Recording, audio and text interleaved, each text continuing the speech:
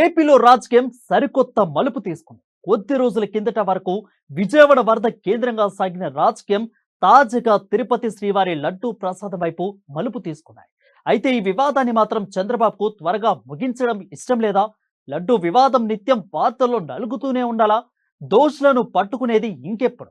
శిక్షించేది ఎప్పుడు? పవన్ చంద్రబాబు కలిసి జగన్ ని ఏం చేయాలనుకుంటున్నారు? అసలు వైసీపీ పార్టీ ఫ్యూచర్ ఏంటి?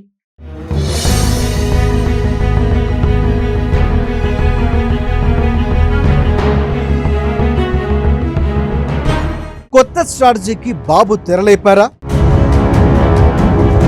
జగన్ అక్రమాస్తులపై విమర్శలు పనిచేస్తలేవా? హిందువుల్లో సెంటిమెంట్ ని బాబు రగిల్చారా? చంద్రబాబు వ్యూహంతో జగన్ కి కష్టాలు తప్పవా? లడ్డూ వివాదాన్ని వదలని బాబు, సెంటిమెంట్ తో జనాలను లాక్ చేస్తున్న చంద్రబాబు.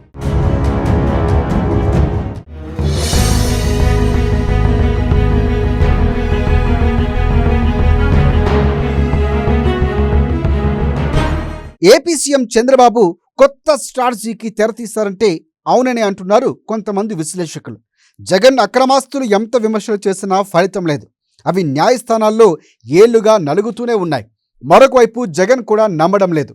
ఈ విషయాన్ని చంద్రబాబు పసిగట్టినట్లున్నారు. అందుకే చంద్రబాబు ఇప్పుడు హిందువుల సెంటిమెంట్ను బలంగా జనంలోకి తీసుకువెళ్లేందుకు ప్రయత్నాలు చేస్తున్నారు. కమలం పార్టీ దేశవ్యాప్తంగా విస్తరించింది ఆ కోణంలోనని కూడా చెప్పవచ్చు. అదే వ్యూహాన్ని చంద్రబాబు ఇప్పుడు రాష్ట్రంలో అమలు చేస్తున్నట్లు కనిపిస్తోంది. దీంతో వైఎస్ జగన్ ఇక రాజకీయంగా కోలుకేలేరని విశ్లేషకులు అంచనా వేస్తున్నారు.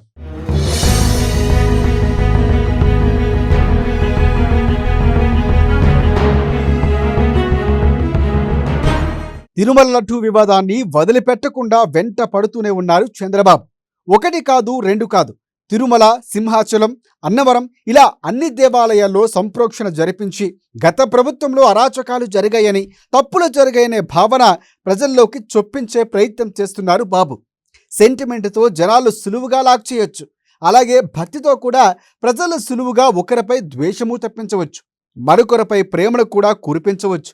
జాతీయ స్థాయిలో హిందువుల మనోభావాలంటూ బీజేపీ పార్టీ ఎలా ఎదిగిందో ఏపీలో కూడా జగన్ను క్షేత్రస్థాయిలో దెబ్బతీయాలంటే ఆలయాలే ప్రధానమైన నిర్ణయానికి చంద్రబాబు వచ్చినట్లు కనిపిస్తోంది.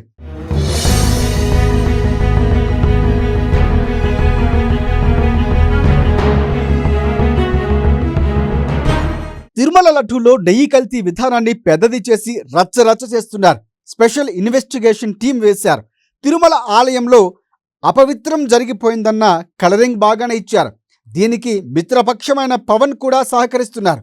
మరొక మిత్రపక్షం బీజేపీ పెద్దగా స్పందించకపోయినా పవన్ కళ్యాణ్ మాత్రం ప్రాయశ్చిత్త దీక్ష పేరుతో రోజు ఏదో ఒక కార్యక్రమం చేస్తూ ఈ లడ్డూ వివాదం లైవ్లో ఉండేలా చూస్తూ చంద్రబాబుకు నేరుగా సహకరిస్తున్నారు పవన్. కనకదుర్గమ్మ గుడి మెట్లను శుభ్రం చేయటమే కాకుండా వైసీపీ నేతలకు దుర్గగుడి నుంచే వార్నింగ్ ఇచ్చారు పవన్. ఇలా ఇటు చంద్రబాబు అటు పవన్ కళ్యాణ్లు మాత్రం వైసీపీని రాజకీయంగా వెనక్కు నెట్టే ప్రయత్నం బాగానే చేస్తున్నట్లు కనిపిస్తోంది.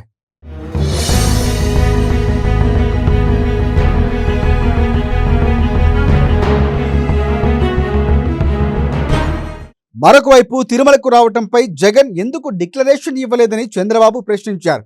ఇతర మతస్థులు తిరుమలకు వెళ్ళవచ్చని, వారు వెళితే స్వామివారిని దర్శించుకునే సమయంలో డిక్లరేషన్ ఇవ్వాల్సి ఉంటుందన్న సంగతి జగన్కు తెలియదా అని చంద్రబాబు జగన్ను నిలదీశారు.